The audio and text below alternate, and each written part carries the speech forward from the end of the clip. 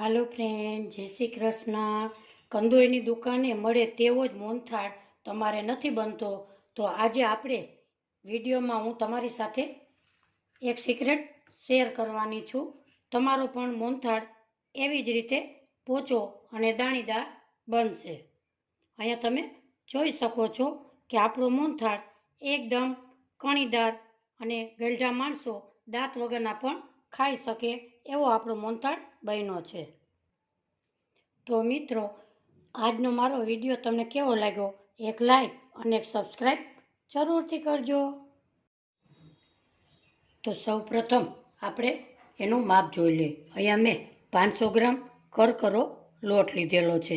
એ easily અત્યારે બધી દુકાને મળી જાય છે. 400 ગ્રામ ખાંડ લીધી છે, 400 ગ્રામ ઘી લીધું છે અને 1 વાટકો આપણે દૂધ ગરમ લીધેલું છે. હવે આપણે એને સાઈડમાં મૂકી અને આપણે ચણાના લોટનો ધાબો દેશું. મોટું એક બાઉલ લેશું અને એમાં આપણે લોટને ઉમેરી દઈએ.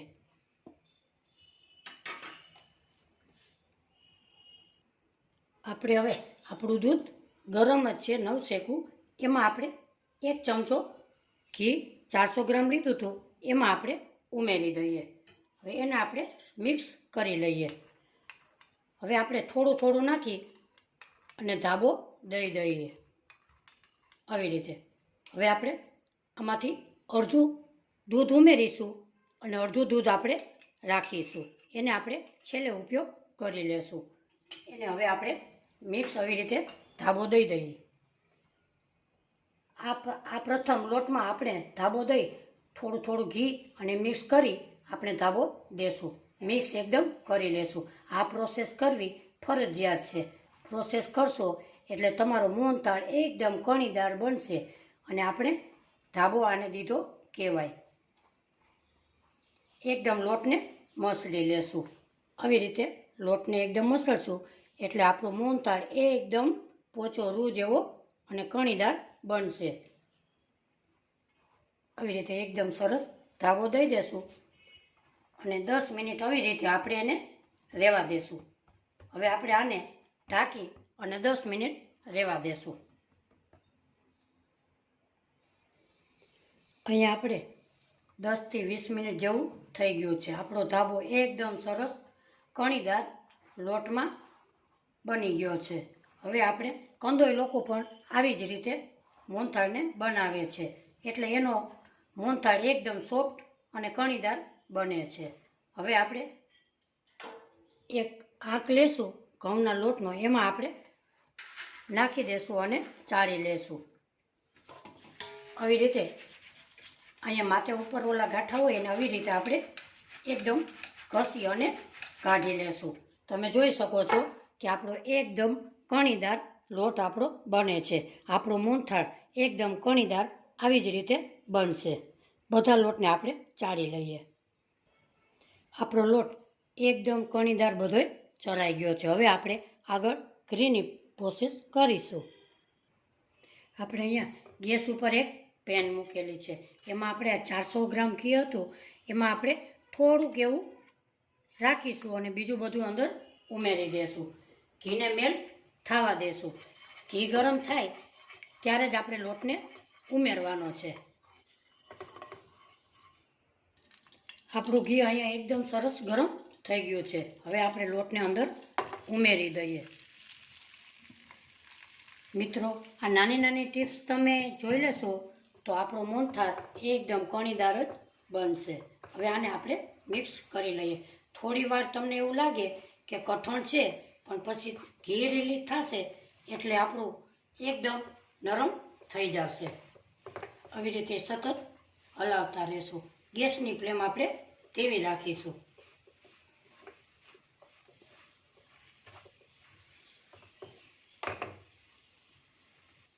હવે આપણે થોડું ઘી બચાવ્યું હતું એમાં આપણે પણ હજી 1 ચમચો ઉમેરી દઈએ.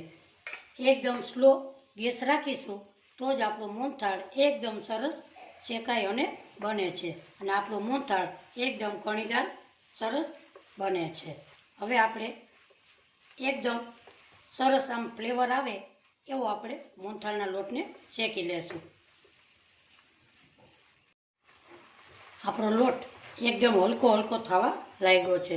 હવે આપણે થોડું ઘી બચાવ્યું હતું એ પણ અંદર ઉમેરી દઈએ. હવે આપણો લોટ જેમ શેકાતો જશે અને હલકો હલકો થતો જશે. આવી રીતે આપણે બદામી રંગનો એકદમ લોટને આપણે શેકી લેશું. આપણો લોટ એકદમ સરસ બદામી રંગનો શેકાઈ ગયો છે. હવે આ સ્ટેપમાં તમે થોડુંક આપણે દૂધ બચત કર્યું હતું એને આપણે ઉમેરી દેશું. એટલે આપણો મોહનથાળ એકદમ સરસ કણીદાર બનશે. થોડું થોડું ઉમેરતા જશું. ગેસની ફ્લેમ ધીમી રાખીશું.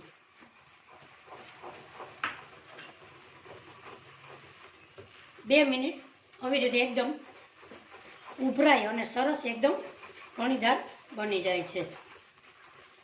આ જગ્યાએ તમારે મલાઈ નાખવી હોય તો તમે આ સ્ટેપમાં નાખી શકો છો. હવે આપણે લોટ એકદમ સરસ શેકાઈ ગયો છે. 2 મિનિટ આપણે હલાવી અને ગેસની ફ્લેમ આપણે બંધ કરી દેશું.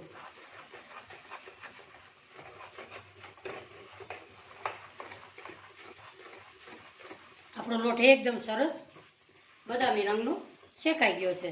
હવે આપણે ગેસની ફ્લેમ બંધ કરી દેશું.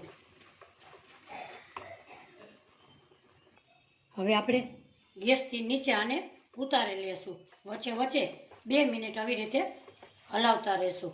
હવે આપણે ચાસણી લેશું. ચાસણી માટે ગેસ માથે એક બાઉલ મૂકશું. એમાં આપણે ખાંડ ઉમેરીશું.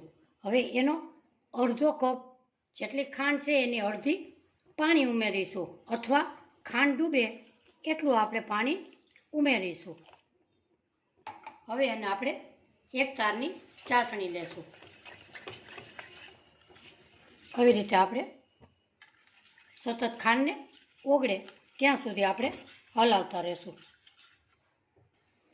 જો તમે વધારે મોહનથાળ ગળ્યો ખાતા હોય તો વધારે ઓછી ખાંડને તમે કરી શકો છો. આવી રીતે આપણે ખાંડ આપણી એકદમ મેલ્ટ થવા લાગી છે. આપણે હવે ચાસણી એકદમ આવી ગઈ છે.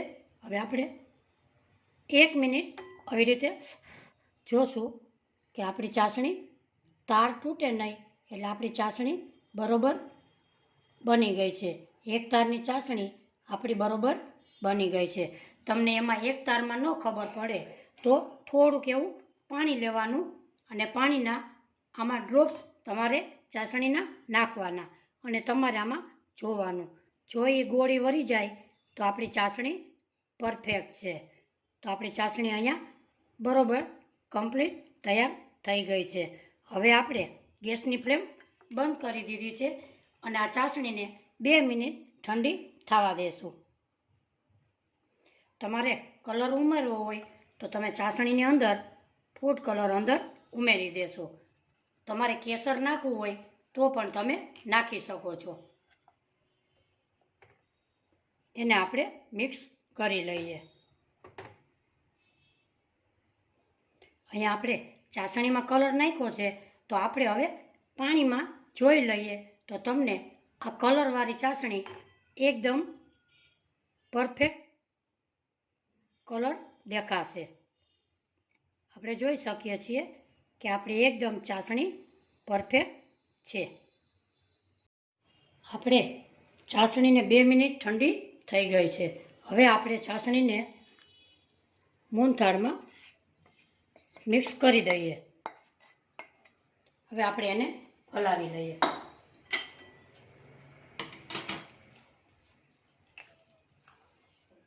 આ મોહનથાળ એકદમ સરસ કણીદાર બને છે. એમાં નાખીશું આપણે ફ્લેવર માટે એલચી પાવડર નાખીશું અને અડધી ચમચી જાયફળ પાવડર નાખીશું. એની ફ્લેવર એકદમ સરસ આવે છે. પચવામાં પણ થોડો હળવો લાગે છે. આવી રીતે આપણે 2 મિનિટ આવી રીતે આપણે એને હલાવી લેશું.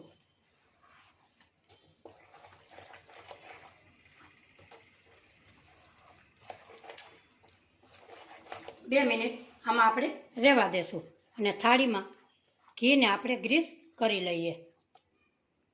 હવે આપણે એક થાળી લેશું, એમાં ઘીને આપણે ગ્રીસ કરેલું છે, એમાં આપણે મોહનથાળનું બેટર છે એ બધું અંદર નાખી દેશું.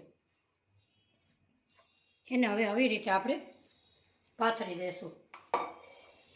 આ મોહનથાળ તમે એકવાર ચોક્કસથી ટ્રાય કરજો. એકદમ કણીદાર, દાંત વગરના પણ તમે લોકો ખાઈ શકે છે. એમાં નાખીશું આપણે પિસ્તા, માથે નાખીશું આપણે બદામ. હવે આપણે 2 કલાક આવી જ રીતે આપણે આને મોહનથાળને રહેવા દેશું. પછી આપણે એના કટ કરીશું. આપણો મોહનથાળ 2 કલાક ઠંડો થઈ ગયો છે. હવે તમે આવી રીતે આપણે એને એકદમ આવી રીતે કાપા પાડી લેશું.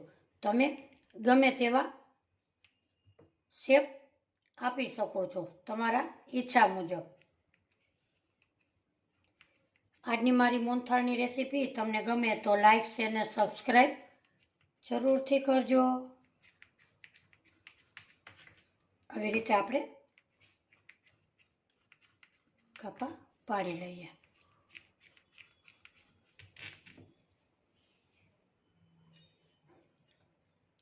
આપણે હવે ઢેફલીને બહાર કાઢીએ. આજની મારી રેસીપી તમને ગમે તો કોમેન્ટ બોક્સમાં જરૂરથી જણાવજો. આજની મારી રેસીપી તમને કેવી લાગી. ફરી મળીશું એક નવી રેસીપી સાથે. ત્યાં સુધી બધાને મારા જય શ્રી કૃષ્ણ.